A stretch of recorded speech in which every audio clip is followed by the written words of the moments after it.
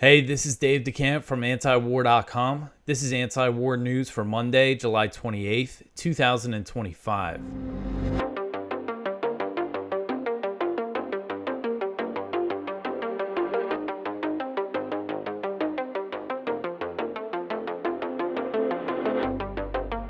All right, the first story at the top of antiwar.com today. Trump strongly backs Israel as it starves Gaza. So President Trump has shown strong support for Israel in recent days, while much of the world has been outraged over the images of Palestinians who are starving to death due to the U.S.-backed Israeli blockade on Gaza. After the U.S. and Israel quit ceasefire talks, Trump blamed the lack of progress on Hamas and suggested that it was time for Israel to finish the job in Gaza. So this is what Trump said on Friday, the day after the U.S. and Israel quit the ceasefire talks, as Palestinian people and children are dying of starvation in Gaza because of the U.S.-backed siege.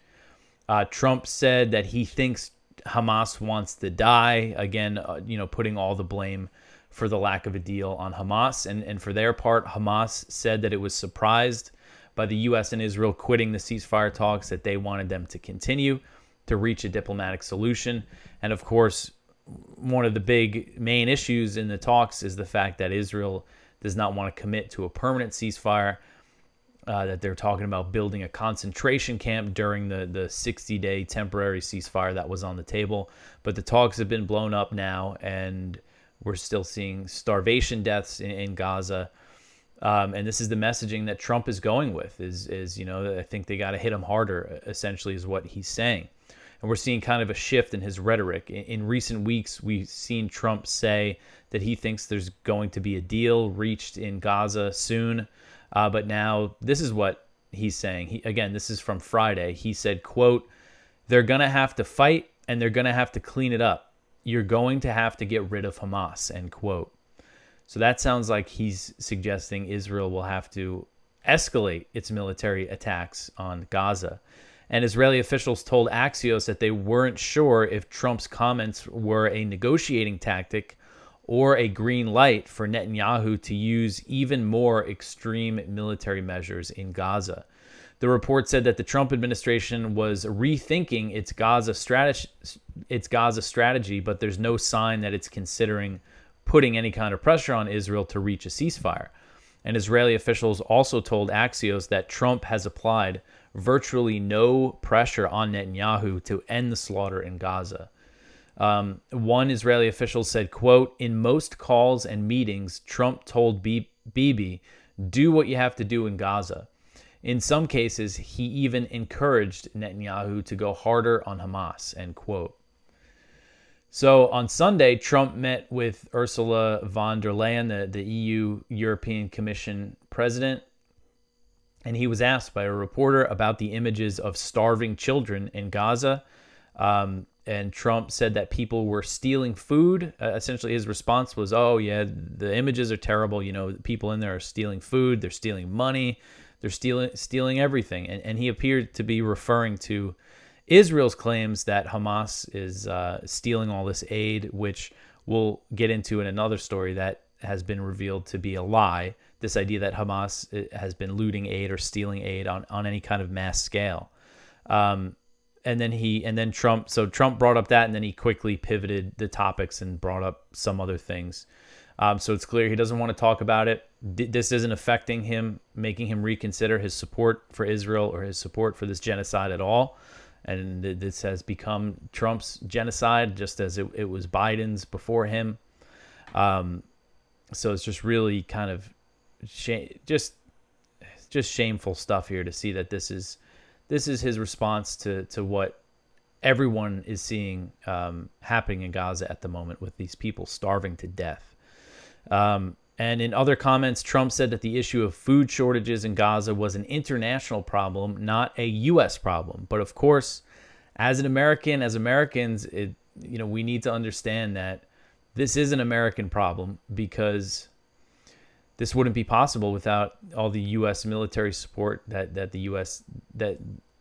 provides Israel, and without it, Trump could easily force Netanyahu to agree to a permanent ceasefire to end this thing if he just threatens to cut the military support.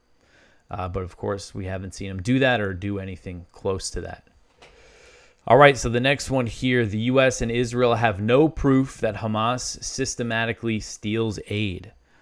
So while both the U.S. and Israel frequently claim that Hamas has stolen massive amounts of aid supplies that have entered Gaza, neither government has evidence to back up the assertion. And this is according to reports from the New York Times and from Reuters.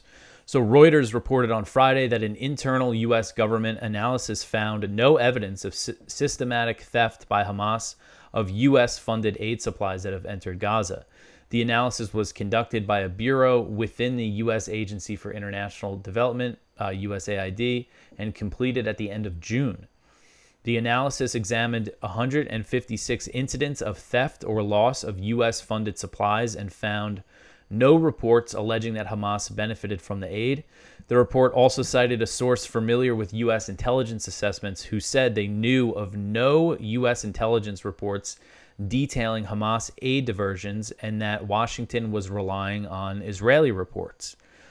And then, so this was on Friday that Reuters had that report. And then on Saturday, the New York Times published a report that cited Israeli officials, two senior Israeli military officials, who said that the Israeli military never found proof that Hamas had systematically stolen aid from the UN. The Israeli military officials also said that the UN aid system has been largely effective in providing food to Gaza's desperate and hungry population. So not only is there no evidence of this mass diversion of aid by Hamas, but they're saying that this UN system, which they have derided and undermined, and they banned UNRWA and everything, they're saying, well, actually, it was an effective system. And Israel has used these unfounded claims to undermine the UN food system in Gaza and set up the U.S.-backed Gaza Humanitarian Foundation, the GHF, which has set up aid distribution sites manned by U.S. security contractors that have turned into death traps for desperate Palestinians seeking food. And as we've been covering, more than 1,000 Palestinians have been killed while trying to get aid since the GHF was set up. The majority of them near GHF sites. A few hundred were also killed trying to access UN aid trucks.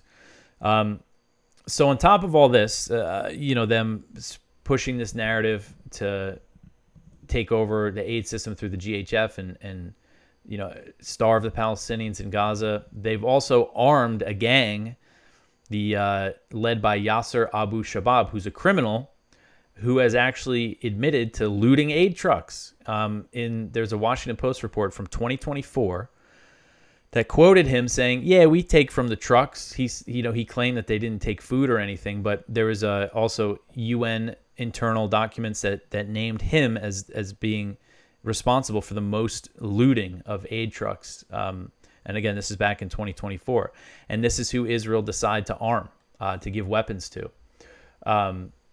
So the whole thing, just they lie in all these different ways, and they've exacerbated this issue of looting in Gaza, and then they blame it on Hamas and use it to justify cutting aid. This was also, these claims were used to impose the total blockade in March that was in effect for 3 months, about 3 months. When did they start? Like toward the end of May was when the GHF started operating. But all these claims, were used to justify this starvation policy, and we're seeing the results of that today with people starving to death every day.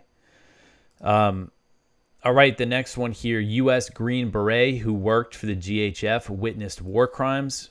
So Anthony Aguilar, a retired U.S. Army Green Beret who worked as an armed contractor for the U.S. and Israeli-backed Gaza Humanitarian Foundation, has told the BBC that he witnessed the Israeli military commit war crimes against unarmed, desperate Palestinians during his time in Gaza. So I'm just going to play some of the clip here because this is the first guy who worked for the GHF to go on the record to use his identity here. In Gaza after he retired and left. Sorry, and I think it's important to just hear what he has to say. I mean, listen to the tone in his voice and everything. So this is an interview from the BBC. He says, when he saw American colleagues and the IDF killing civilians.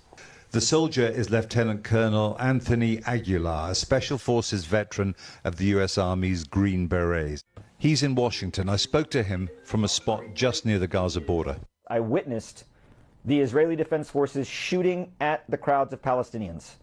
I witnessed the Israeli Defense Forces firing a main gun tank round from the Markava tank into a crowd of people, destroying a car of civilians that were simply driving away from the site. I witnessed mortar rounds being fired at the crowds of people to keep them controlled. As a professional soldier with a very long career, what was your professional opinion of what was happening? My professional opinion of how the sites were established was what I would describe as amateur. Inexperienced, untrained, no idea of how to conduct operations of this magnitude. That would be my most benign assessment. In my most frank assessment, I would say that they're criminal. In my entire career, have I never witnessed the level of brutality and use of indiscriminate and unnecessary force against a civilian population, an unarmed, starving population. I've never witnessed that in all of the places I've been deployed to war until I was in Gaza at the hands of the IDF and U.S. contractors. Based on the knowledge you have, do you think that you were a witness then to war crimes? I think you're saying that very emphatically. Without question, I witnessed war crimes. I witnessed war crimes being by the Israeli Defense Forces, without a doubt, using artillery rounds, mortar rounds, firing tank rounds into unarmed civilians is a war crime. People can. So, I mean, that's pretty damning stuff, I believe. I mean, this is stuff we already knew, but just to have an American Green Beret, 25-year veteran, you know, who's been deployed to all sorts of conflicts, saying it's the worst brutality he's ever seen, I think is very powerful. And it's curious that, you know, he's interviewed by the BBC here. I would imagine more American media would be interested in interviewing him, but hopefully, you know, he makes more rounds. Because this aligns with everything that we've been seeing coming out of Gaza for the past few months now. Again, firing tank rounds and artillery shells into crowds of unarmed, starving people. I mean, I don't know how else to describe that other than an obvious war crime. All right, so the next one here, 20 Palestinians starved to death in 3 days. So at least 20 Palestinians have starved to death in Gaza over the past 3 days due to the U.S.-backed Israeli blockade, and this is according to the daily press releases from Gaza's health ministry. In its latest release on Sunday, the health ministry said that it recorded 6 malnutrition deaths over the past 24 hours, including 2 children. The ministry said that the total number of starvation deaths has reached 133, including 37 children. Medics and experts told the Washington Post that the number of starvation deaths listed by the health ministry is likely a significant undercount, since malnutrition is rarely listed as the primary cause of death, and that once mass hunger sets in, fatalities may rise exponentially. And this photo here is of a tiny baby who died of malnutrition, who was starved to death by the Israeli blockade. And the starvation deaths in Gaza have led to an increase in international pressure on Israel to ease its blockade and restrictions on aid deliveries. And so for days now, we've seen Israel, with help from the U.S., especially Mike Huckabee, blame all of this on the UN. Again, after this whole campaign against UNRWA and setting up the GHF, and taking away, trying to eliminate the UN-led food delivery system, now people start starving to death, and Israel starts blaming the UN. But on Sunday, in response to the international pressure, this is why it's important to speak out and be openly against all this stuff, because the international pressure is the only thing that gets Israel really to do anything to ensure that they, continue to get military aid from the U.S. Now, it doesn't look like there's been any pressure from Trump, but there's reports in Israeli media that the Israeli ambassador to the U.S., their message was, we're losing everybody. I don't think they're losing the Trump administration, but they're losing people in Congress. They're losing a lot of Israel supporters over this starvation strategy. But anyway, so Israel announced kind of a series of steps that they said they would take to facilitate more aid deliveries, which also goes against this whole narrative that this is all the UN's fault if Israel could take these steps to allow more deliveries in. So the IDF announced that it would open additional humanitarian corridors and initiate tactical pauses in certain areas of Gaza to facilitate aid deliveries. We did see some Israeli attacks in some of these areas where there was supposed to be a pause on Sunday. So it's not clear at this point if these steps are going to bring any kind of real relief. I mean, to get real relief, to really stop this crisis, there needs to be a total, complete ceasefire and real humanitarian effort. Because when you have people on the brink like this, you can't just, they need real medical care.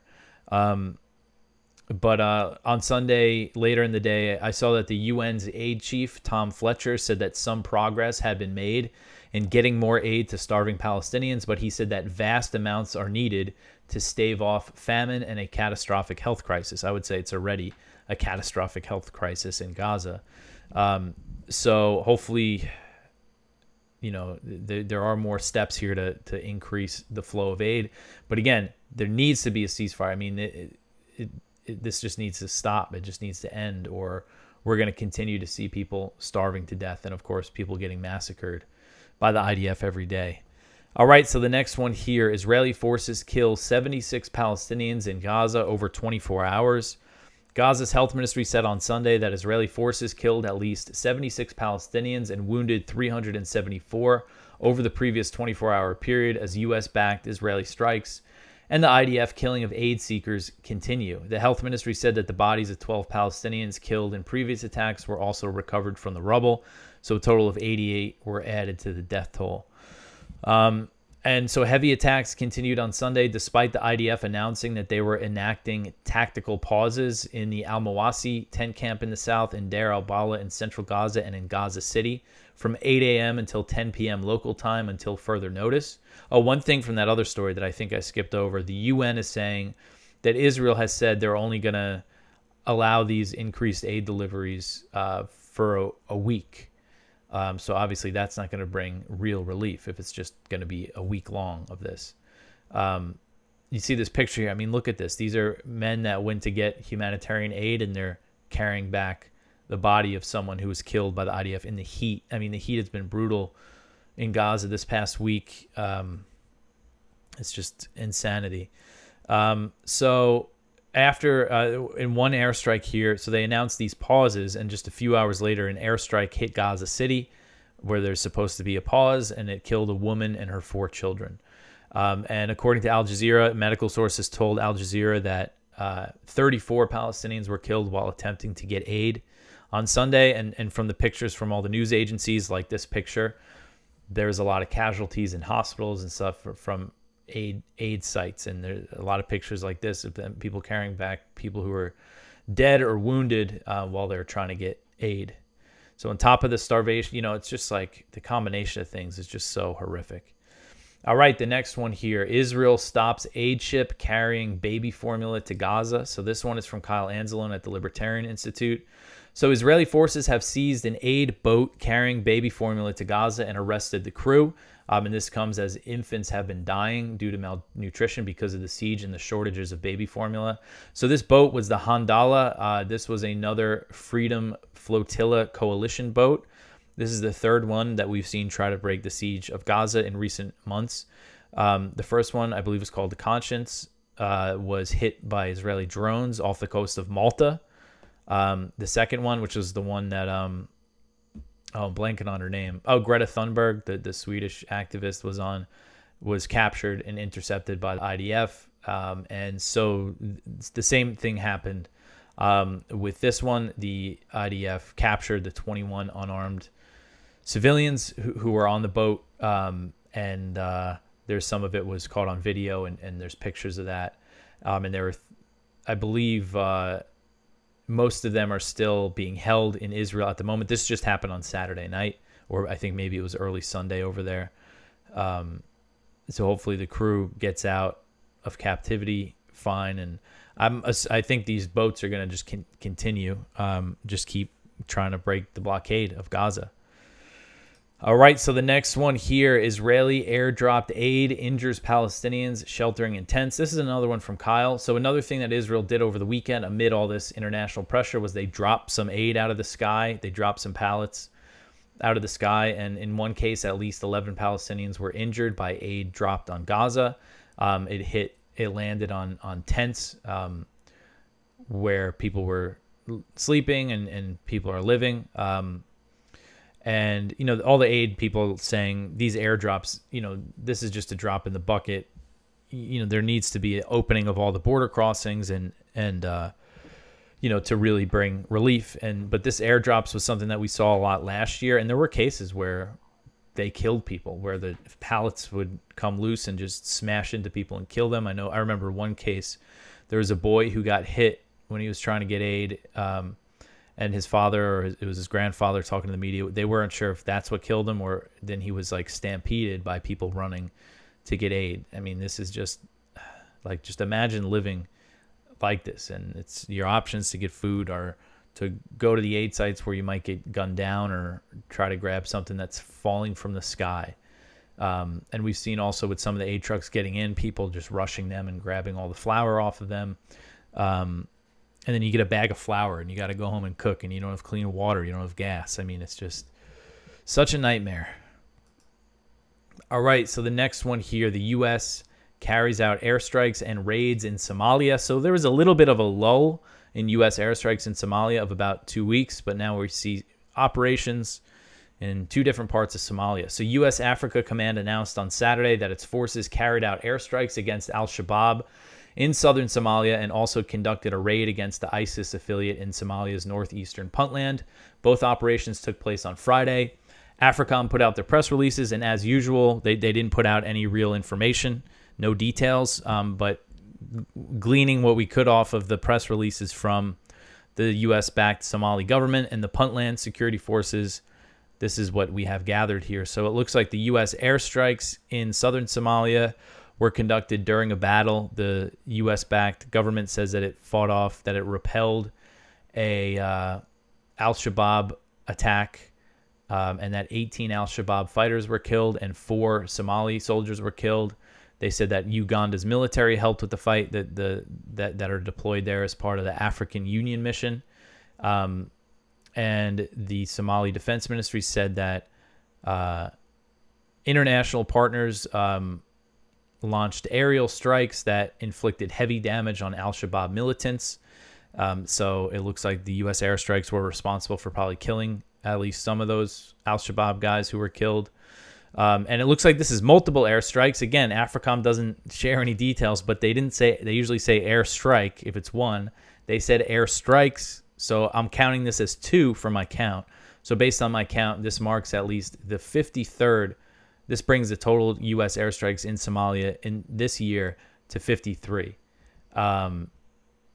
which is a lot. They're well on their way to breaking the record for annual airstrikes in Somalia, which is 63, which Trump set back in 2019. It's only 10 more airstrikes to get there. And then in the press release on the raid in Puntland, so then this was against the ISIS affiliate in northeastern Puntland. AFRICOM didn't really provide any information. They just said that they conducted an operation against ISIS in the area. And then the Puntland security forces said that U.S. forces launched an operation and captured someone who they alleged to be the ISIS affiliate's finance chief and 2 other people. So I'm guessing this was some kind of helicopter raid, like the U.S. Special Forces dropped in and grabbed the guy and got out of there. But again, we don't have any details because they don't share any. But the U.S. wars in Somalia continue, and this is something, as I always say, that gets virtually zero media coverage in the U.S. All right, so the next one here, the U.S. claims to kill an ISIS leader in Syria raid. So this is another one from Kyle Anzalone. So another thing that happened on Friday, according to U.S. Central Command, they said that its forces carried out a raid, which again, I'm guessing this is some kind of helicopter operation, and claiming that they killed a guy named Dia Zauba Mosli al-Hardani and his 2 adult ISIS-affiliated sons, saying that he was an ISIS leader. Whenever they kill an ISIS guy or capture an ISIS guy, they always, call him a leader to try to make him seem important. But the U.S. is still involved in a war, in a hot war in combat in Syria and in Iraq as well against these ISIS remnants, which essentially the U.S. has used as the excuse to stay in both places, even though the Iraqi government says it doesn't need the U.S.'s help. And then in Syria, the Assad government that used to exist did not want the U.S. there, and they also fought against ISIS. So did their allies, Iran and everything. So these missions are what they kind of use to justify the continued U.S. Occupation in Syria and Iraq. All right, so the next one here, Syria and Israel hold de-escalation talks in Paris. So on one hand, they're killing an ISIS guy in Syria, and on the other hand, they're helping broker a deal between the Al-Qaeda guys who took over Syria and Israel.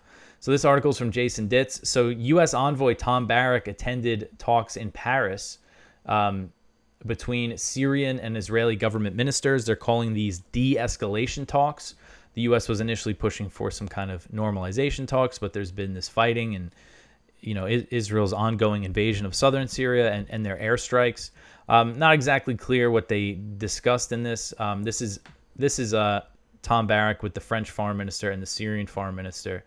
Again, they're calling them de-escalation talks, and they are saying that they're going to hold more. So there is dialogue going on between Israel and the HTS-AQ-led Syrian government. All right, so the next one here, Israeli drone attack in southern Lebanon kills 3. So this is another one from Jason. So Israeli drones carried out multiple strikes around the coastal city of Tyre over the weekend, killing at least 3 people, one of whom the IDF claimed was a high-ranking Hezbollah commander involved in rehabilitating the organization. And this is usually the claim. They say they killed a Hezbollah commander. Like Hezbollah has a never-ending number of commanders who are just out in the open in southern Lebanon. But so that was one strike, and then there was a second strike targeted a residential building, also in Tyre.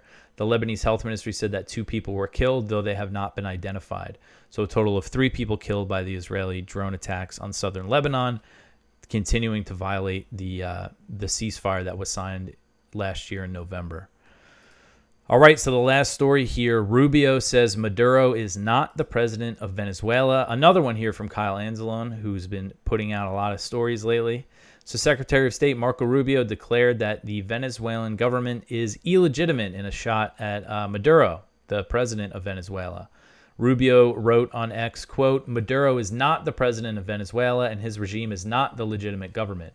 Maduro is the head of the Cartel de los Soles, a narco-terror organization which has taken possession of the country, and he is under indictment for pushing drugs into the U.S., end quote. That's kind of the narrative, is that Maduro is the head of a cartel. I don't know what kind of evidence, if any, that they really have for that. For Marco Rubio, regime change in Venezuela has always been kind of a pet project for him. If you remember, back in 2019, when the U.S. the first Trump administration, really tried to do a regime change there, and they recognized Juan Guaido as the interim president, Marco Rubio tweeted out a picture of Gaddafi the moment before he was brutally murdered as a threat to Maduro. So this is the kind of guy that Marco Rubio is. But this is kind of a signal that we could see some sort of escalation